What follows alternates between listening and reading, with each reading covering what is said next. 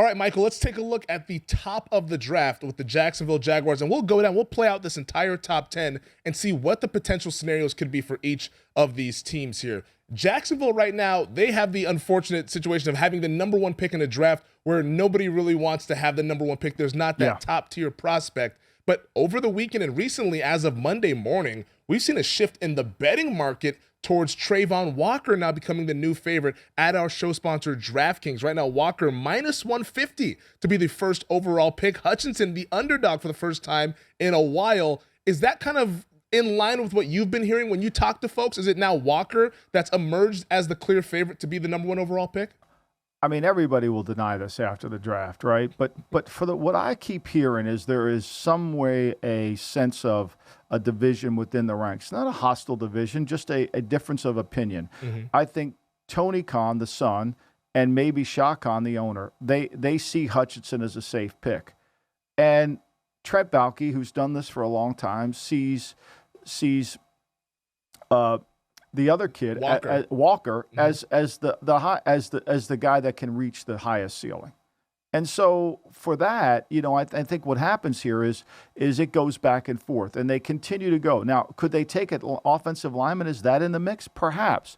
But it seems to me like everybody has an interest in those two outside rushers, and they've got to make sure they hit a home run, and they've got to make sure they don't make a mistake. And the mindset of Baalke, part of the thing you have to do when you're in the league is study the people that draft against you, right? You've got to study those players to kind of understand not the players, understand the executive and how the front office works. Baalke is very much about taking risks. He took a lot of guys in San Francisco with injuries, believing that they would come back and play at a higher level once they were healed. It didn't work out for him as well, but I do think that would lend me to believe there's some interest in potentially trying to get Walker. However, there's still the sense within the building that, maybe it's Hutchinson. Everything I've been hearing for the last month, it's Walker. But okay. I'd take that with a grain of salt. And I think that Doug Peterson is just going to acquiesce to Baalke to let him make the pick and see what's going on. And so, I think most people see Hutchinson as a really good player. However, I think they worry about the upside, whereas Walker has a bigger upside, and this is about upside. Yeah, and I think that's a fair point. And the comparison I think I've heard and the analogy that's been used is that a lot of people see Walker as the potential home run, and Hutchinson's like hitting a double type of thing, where hitting a double, it's good, but it's not the potential of the home run. Now you could strike out going for the fences as well with a guy like a Trayvon Walker. Well, I think one thing when you talk about scouting the evaluators and scouting the personnel people that make these decisions, a lot of people have made the decision or made kind of the comparison that Baalke likes arm length. He likes those guys like Buckner, Armstead, Aldon Smith in San Francisco, and that's kind of what Trayvon Walker has been compared to there with that sort of arm length, 36-inch arms in the 95th percentile, while Hutchinson is not quite alligator arms, but he doesn't have the arm length of a Walker or the guys in the past that Baalke has picked.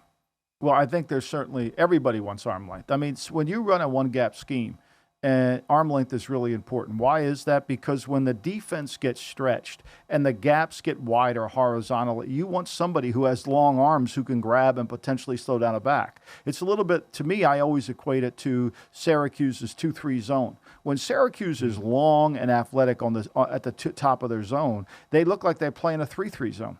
I can remember watching Syracuse against Texas. I went to the Final Four with Jim Harbaugh when Tom Crean's Marquette team was playing in it. And I was watching Syracuse live, and you don't get a chance to see it as much. But they looked like they had two Inspector Gadgets. This is when they had Carmelo Anthony, and they were covering more room. Their arm length makes a difference, particularly in a one-gap scheme. And so I don't think what Baalke likes, I think everybody likes that. Everybody wants that. And I think that really the reality of it is Walker's 275 pounds. He moves really well. Does he have the numbers to support it? Not really, but he's got the athleticism. 29 and a half sacks in 29 games isn't going to light your fire, but his athleticism does, and you've got to allow for coaching to come in there. People say Hutchinson's safe, but then you put the Georgia tape on and you wonder how safe. Yeah, that's definitely fair. So to play along purposes, let's pencil in, not in pen, although I wrote it in pen, let's pencil in Trayvon Walker to the Jaguars at number 1 there. We say Balky wins out. He convinces the Khan family that Walker is the guy. Detroit at number 2. The Michigan guy has now fallen into their laps, Right. but they might like Thibodeau, but we now heard that the coach might not be the biggest fan of Thibodeau. Do you see Hutchinson at 2? Is that the easy turn the card in and then let's go?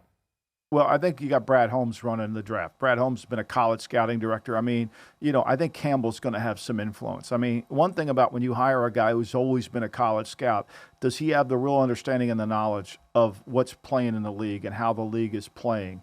I think that Campbell's personality and what he wants, knowing he has 5 more years on a contract, I think is going to be rather convincing for Brad Holmes. And, unless Brad Holmes can show video evidence that Hutchinson isn't the right guy, I think this is a no-brainer. They get a local kid who plays there, plays on the carpet. The other thing I think you get an advantage if you're Detroit, you play in a dome. And I think that'll favor Hutchinson. And those 8 games with the snap count in his favor will give him that slight edge. I think that certainly would help him. Plus, he fits the persona of what the organization wants to be. He's going to be a hard-nosed player. Could they take a corner? I think, to me, if you took a corner at the 2nd pick in the draft, you got to make damn sure. Rob Woodson went 9. I mean, some of these guys that are just great. Deion Sanders went 5. Like, you better make sure they're in Hall of Fame caliber before you turn. I mean, this is when they pick Okita, whatever the hell his name is. Jeff Okudah, yeah. Okudah. I mean, he wasn't in that category. Like, if you're going to pick a corner in the top 5, you got to put all the corners that have been picked in the top 5 and say, this guy has got to be like this. You couldn't say that about Okudah. No way. Yeah, no, I mean, and people love Gardner, they love Stingley, but a corner at 2 does seem rather high for a team that just picked Okudah at 3 overall. Let's go to 3 overall. Houston Texans, we talked about Nick Caserio. He's a New England guy. You mentioned he probably would favor trading down. Do you think that something that's possible for the Nick Caserio and the Houston Texans, or what do you think is possibly their biggest need here at number 3 if they end up having to make that selection? The only thing I think is possible is Nick will take all the time in the world on the clock. I don't think we'll get an early card turned in. I think if Walker goes 1, I think Detroit will turn their card in rather quickly, and then I think the Texans will take some time. I mean, look, the Texans are a bad team, so you can go in any direction. And now let's break it down. Lovie Smith's your head coach. You're not going to fire him after a year, so you're kind of married to his system, right? His system is really not corner dependent. They're going to play cover 2. They're going to play what they play, a zone kind of team. He relies on the front. It's all about the front. So there's got to be a front 7 player that he thinks is worthy of rushing. Could it be the corner? I don't see it. I think it's a waste to pick. Could it be the offensive tackle? No doubt. Could it be the North Carolina State kid? Perhaps. Could it be Neal? Perhaps. Could it be Cross? Maybe. I think that's the pick that can go offensive or defensive line. But to me, the philosophy of Nick has to be, we've got to repair these 2 lines. Watson got the crap beat out of him. Mills got the crap beat out of him. And their defensive front wasn't good enough last year. I think that's where they got to go. Offensive or defensive line. And the value is O-line at this point. Yep. Yeah, the value is O-line because you'd have the 2 edge rushers, Walker and Hutchinson, off the board. So maybe an Aquanu or Neal for the Texans at 3, or maybe even Charles Cross, who you mentioned the league likes a little bit more than some of the draft nicks or the draft media members. Who do we want to put in here? Do you want to put in maybe Aquanu? I would probably put Aquanu in because he can play guard. One thing about Aquanu, he can go in and play guard right away. He may be a guard anyway. He could play right tackle, right guard, depending on what they do. Plus, they free themselves away from Tunsil. If they wanted it, to me, I think the guy with the most upside, the Walker of the offensive line, is Cross. Okay. So he's that guy that could kind of be the elite potential prospect. He could be an elite player. I mean, it's assuming, mentally he can handle it, the volume he can handle it. But in terms of just if you were to find a legitimate left tackle with athleticism, balance, arm length, the ability to hit, the ability to strike and stay within balance, Cross is the best one of the 3. We'll see, but you've got one thing about offensive linemen is the last thing you want to do is take an underachieving offensive lineman. You want somebody who's kind of willing to bite the nails. Yeah. Picks 4 and 5, New York. So we're going to start spreading the news here, Michael. The Jets at number 4. Thibodeau is a guy they've been linked to. He's available on the board. Is that the direction or they go elsewhere? Well, I think they're going to go, look, Saleh loves defensive linemen. And he went to a Super Bowl because of a defensive line, not because of his scheme. He is not a scheme defensive coordinator who became a head coach. He is about the talent of the front 7. So it's got to be the front seven. And people have giving him a corner. I get that, but one thing about the Pete Carroll scheme that you have to understand is they typically don't want to invest in corners because they play 80% zone. Most people think, even during the days when they had the Richard Sherman, they got Richard Sherman in the 5th round. To play this defense effectively, you've got to dominate up front. You've got to dominate up front. You've got to be willing to have 5, 6, 7, 8 defensive linemen. I think this is defensive line here. Whether it's Thibodeau, whether it's James, I don't sense that that it could be anything other than that. I think it's got to be. Now you say, well, could it be Kyle Hamilton? Because he could be the guy that. Well, they already had a guy like that. Jamal. They traded him, right?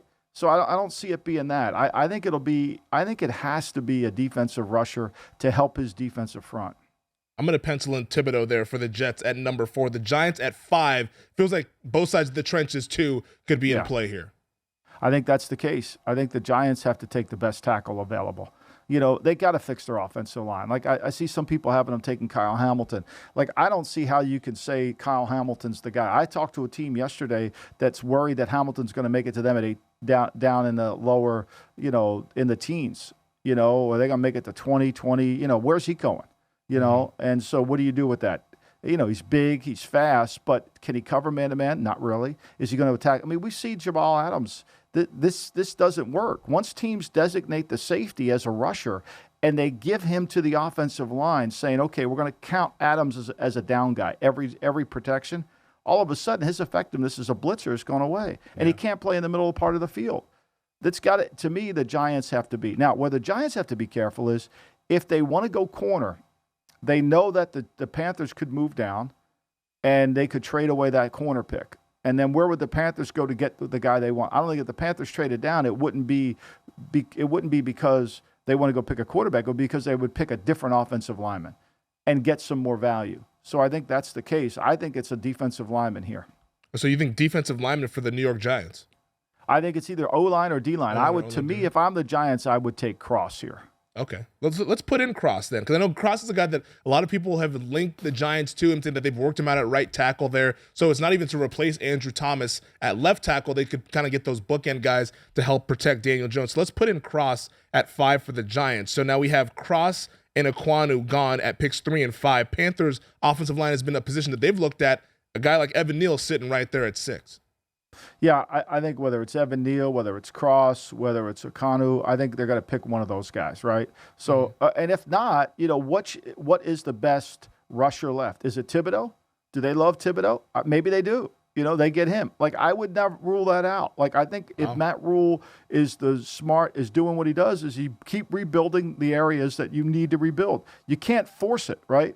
They drafted J.C. Horn at corner. They re-signed Jackson at the other corner. So their corner situation is fairly good. They got C.J. Henderson, who they traded for. So they have 3 corners. If they stay healthy, they feel like they're pretty good. I think it makes sense for them to build on strength. If it were me, it's going to be a defensive lineman. I wouldn't be scared of one of the players I think in this draft that gets misunderstood quite a bit is Jordan Davis. Yeah. I think he gets really misunderstood because everybody thinks he's an underachiever. Now, I know this. He would be on Al Davis's team. There would be no doubt about that. He's got Chester McLaughlin, who was at one time one of the most dominating players I've ever seen. But what I think about Jordan Davis is I see a guy that could be Jumpy Geathers. Okay, Jumpy Geathers was a defensive tackle out of Wichita State who had this freak. I don't know if you remember him, Femi. He had this freak he called it a forklift move. He would take the guards and get underneath their arms and basically lift them off the ground, whether they weighed 300, 320, 370. It didn't matter. He just lift them off the ground, throw them away, and rush. To me, the guy that can affect the quarterback the most in this draft isn't Hutchinson. It isn't Walker, because those guys run past the quarterback more times than not. It's the guy that gets in front of the quarterback, and at 6'6", 300 and whatever he is, 335 pounds with his athleticism. To me, I don't know why he's not a top 10 pick. I don't know. Like, he can impact the game. Yeah. You say, well, he doesn't play hard all the time. Well, we got to get him to play hard. Like, Bill Walsh would say, look, at some point, it's our job to get him there. He likes football. He played on a great team. And the one thing I would do with this guy is I would say, look, all you're going to do is push this guard back. He's playing every down for me. He's playing every down for me. To me, I think he can affect the pass game more than any player in this draft. He was my favorite player in college football this season on that Georgia defense. One of the reasons why they had an all-time caliber defense and won the national championship. Thanks for watching the GM Shuffle with Michael Lombardi. And for more videos like this, make sure to subscribe to VSiN Live and the GM Shuffle podcast with Michael Lombardi, presented by DraftKings and VSiN, wherever you get your podcasts.